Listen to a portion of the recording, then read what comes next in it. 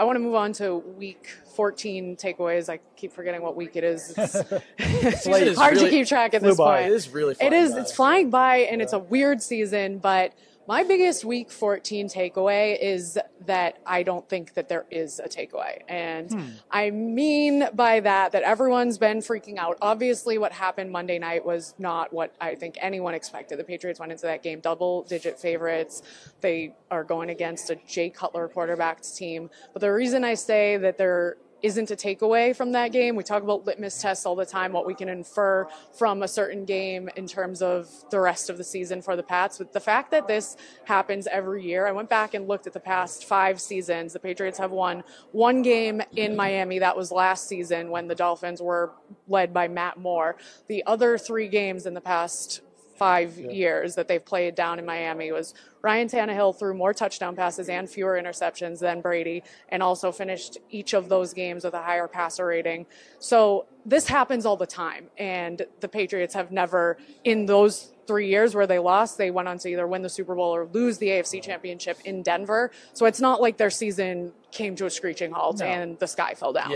So that's what I mean by I just don't think there is anything we can take away from Monday night. For whatever reason, Tom Brady just struggles in Miami for basically his entire career. I know it's always been Denver's always the place that's talked about that as the most difficult venue to play in for the Patriots, but Miami is pretty close. I mean, Tom Brady's now 7-9 in Miami, and I believe he's something like 25-6 in Buffalo and MetLife Stadium combined. So he's fine against the rest of the AFCs. For whatever reason, when he goes down to Miami, usually can't really get it done. But my biggest takeaway from this game is kind of similar to yours, is that if the Patriots don't have Rob Gronkowski, they're in big trouble.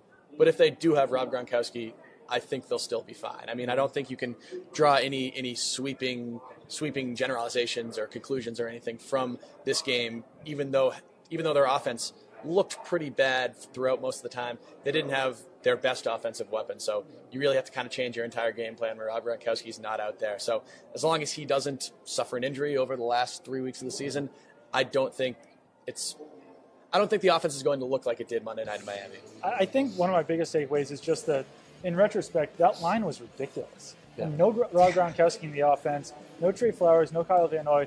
Right before the game started, I arrived very late for the game, but I turned to our buddy Kevin Duffy and I said, just to get this on the record, I think the Patriots are going to lose this game. I probably should have actually written that and said that throughout the week. Hate when that happens. Just a last second thought, I was like, I could easily see the Patriots losing this game because of the no Rob Gronkowski, because of no Trey Flowers. Just dropped my phone. My buddy Andre's going to go pick it up for me. Thank you very much. Thank you, Andre, because we don't want to miss any more news. I don't want to see more breaking news in here. My other takeaway is that Brandin Cooks, it's been a scattershot season for him. I mean, if you had asked Patriots fans after the first Dolphins game, what do you think of Brandin Cooks? Everyone would have been raving, because over the last 3 games at that point, he had 300 yards, he'd had 2 or 3 touchdowns, he had 18 receptions. He had a very good 3-game stretch.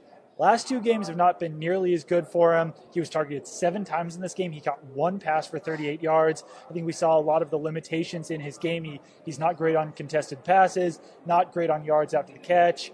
He's a guy who does his best work when he's running very fast down the field. More than half of his yards this season have come on passes of 20 yards or more. And obviously there's a great value to have that player in your offense, but I think that moving forward, you need to see more out of Brandin Cooks before the Patriots are going to be willing to pay this guy as a legitimate number 1 receiver. Because if Rob Gronkowski's out of your offense, and you can't count on Brandin Cooks to kind of step up his game and be, I guess, the Julian Edelman in that situation, because year after year, we've seen that if the Patriots lose one of Gronk or Edelman, if it's only one of them, they're still fine. If they lose both of them, then the offense completely changes. We've seen it twice this year against the Bucs and on Monday night against the Dolphins. But when you've got a guy like Brandin Cooks in your offense, that should be enough to make the offense continue to click.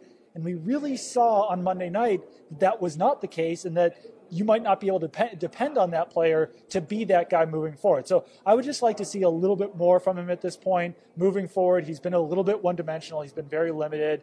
And I think that, I don't know. I mean, I still think that he was worth bringing in for the first round pick. I have no problem with the trade that they made, but I don't think that he's a guy that you're going to be willing to pay $15, $20 million a year as a legitimate number one receiver, because I don't think that he is a number one receiver, at least in this offense.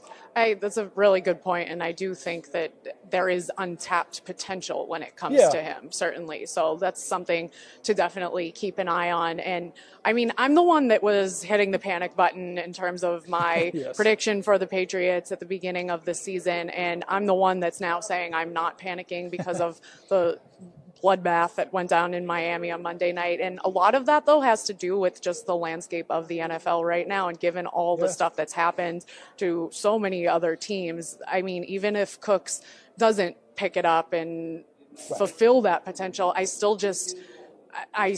don't see many teams who can stop the Patriots. I do still potentially see them probably, I guess, going to the Super Bowl. I mean, one team that could stop them, of course, is the Steelers. So this Sunday will be a big game. So